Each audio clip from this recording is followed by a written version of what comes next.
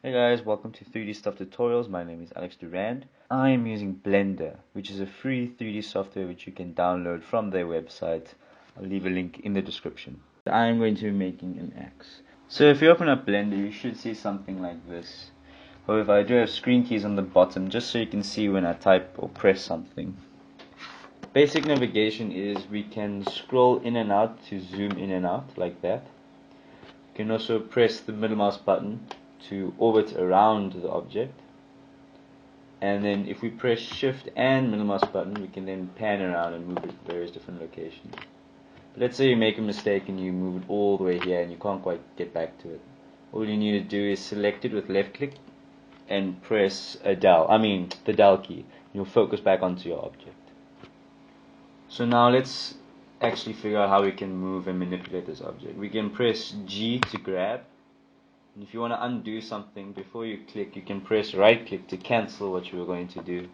So G grabs it, and to rotate it is R, and to scale it is S.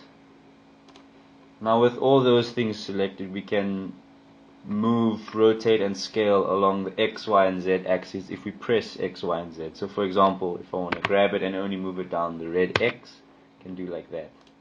If I want to scale it up a bit on the Z, we can do that, and same with the rotate, and let's do Y. We can rotate it like that.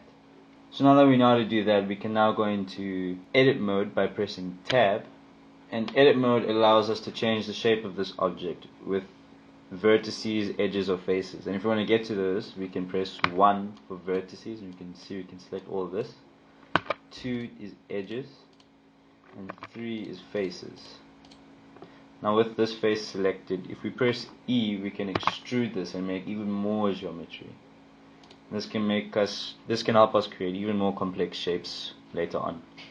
And our favorite shortcut is Control Z to undo. So like I said, I am going to be making an axe. I'm going to use this as a reference picture. However, I do advise that you use multiple pictures. This will help you get a better understanding of what you're trying to make. So we don't really need this box because we need to make the handle first, which is more cylinder shaped. So we can delete this by pressing delete. And if we want to add something to a scene, we press shift and A. See, it brings the add menu. From here we can select mesh, and we want to add a cylinder. Bada bing, bada bang. Okay, now we can press tab into edit mode and we can edit the shape of this thing.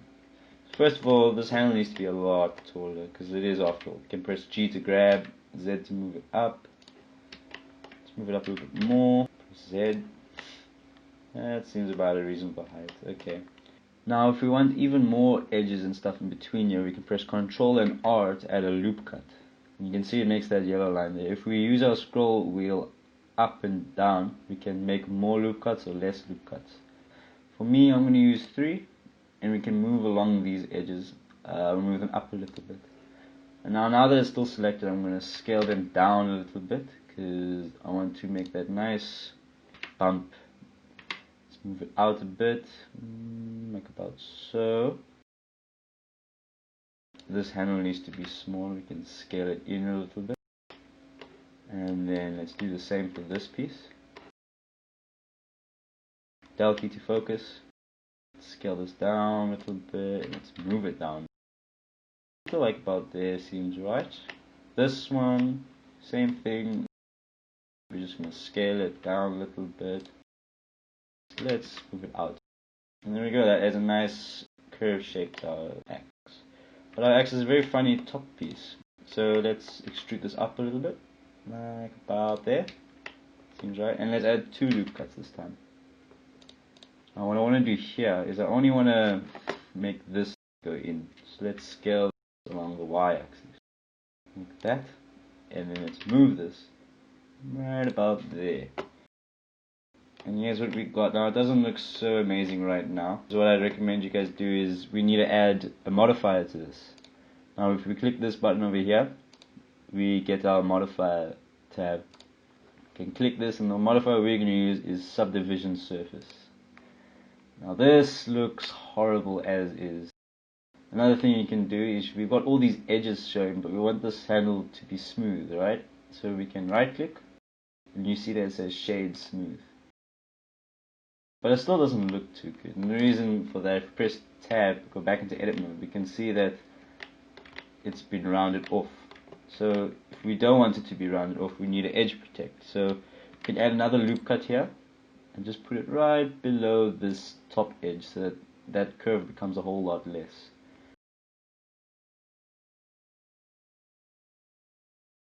You just put one last one down here, right about there. Now that all looks fine and well, but we still have an issue on the top here with that. So what we can do with that is we can go into face select these top ones, and if we press I, we inset the face. We edge protect there in the top, and that looks much better than compared to that. So let's do the same for here. I to inset, and we've basically got the handle. That looks, I'm happy with that, that looks alright. So now that we've made the handle, now we can make the axe heads. Shift A, let's add a cube. We're gonna grab this up a bit. Let's scale this on the X, make it a bit thick. Scale it also on the Y, and scale on the Z as well a bit. Alright, so if we're going to edit mode, just to save time, we're going to add a loop cut down the middle here, and we are going to delete all of these vertices on this side. Just like that, delete and hit vertices, and we have half a mesh now, which is perfect. So now what we can do, we go back to the modifier tab, hit the spanner, hit the modifiers list, and we can add a mirror modifier. And it does exactly what it sounds like it's going to do. It takes everything on this side and copies it on this side. So if we grab this, move it down, copies it like so. So let's make this axe head now. Let's add some 2 loop cuts over here down the middle. We'll do the same lengthwise, because our axe has a nice sharp point right in the middle here. Scale this along the Y so it can be nice and pinched close. Now for the back part, we're going to move this in a bit, because we don't want our axe to be flat. So grab it on the X, need a little bit, and let's grab bottom 2 and the top 2. Let's scale on the Z till about there, should be fine. Do the same for the front piece. Grab X in a bit, about there. And I'm actually just going to move just the top piece down a bit, around about there. Okay, so let's go into 3 faces mode.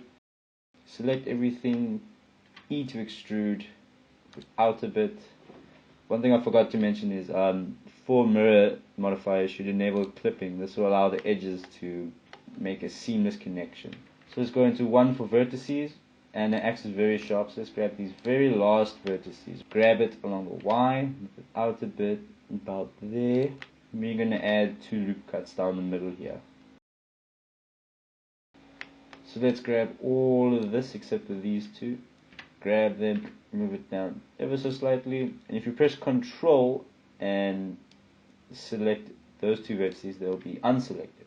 And you can grab this, move those down till about there. Same thing for these 2. Grab Z, move it down, and then this last one, we grab this, move it down on the Z axis till about there. Now we can do the same for the top, although we're going to do it kind of reverse. We're going to grab just these 2. Grab this, move it down about there, and grab this last piece, grab it, move it on the Z axis to move it up.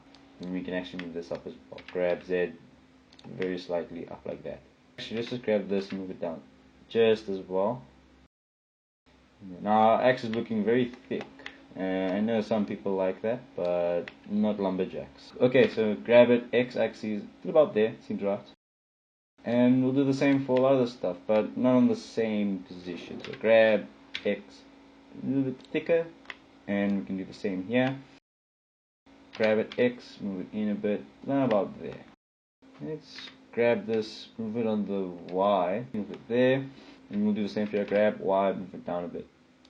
There we go. Now an X is not very flat like this, so let's first of all let's make this edge flow a little bit better. Let's grab it, move it down a little bit, and then just these ones, grab it, move it down a little bit. Now we can take these last 2 points, grab it along the Y axis, and just move them very slightly out a bit. And that is our base shape for the axe. Now, again, it's not finished yet. Let's do smooth shading, but that looks terrible. So let's add that same modifier we added to the handle. Add modifiers, tool, and we go to subdivision surface. Now, this is a very blunt axe, and it just does not look impressive at all. So let's fix that. Press tab, go to edit mode, you can see where it's busy rounding things off. Control R to add a loop cut. Let's do one at the back here.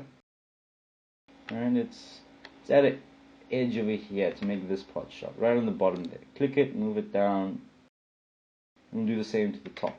Control R, loop cut, click, move it up. So we can press Control R. Let's add a loop cut on the edge here. And because we have the mirror modifier, we can actually add an edge in between over here as well. Also, you see there's a bit of gap there. This will make it come very close together. And that is what our axe looks like. So in this part, I'm just going to make the axe. In the next part, I'll be showing you guys how to make the textures and how to render this as a final product. Hope you guys enjoyed this tutorial. I'd appreciate it if you guys subscribed and liked this video.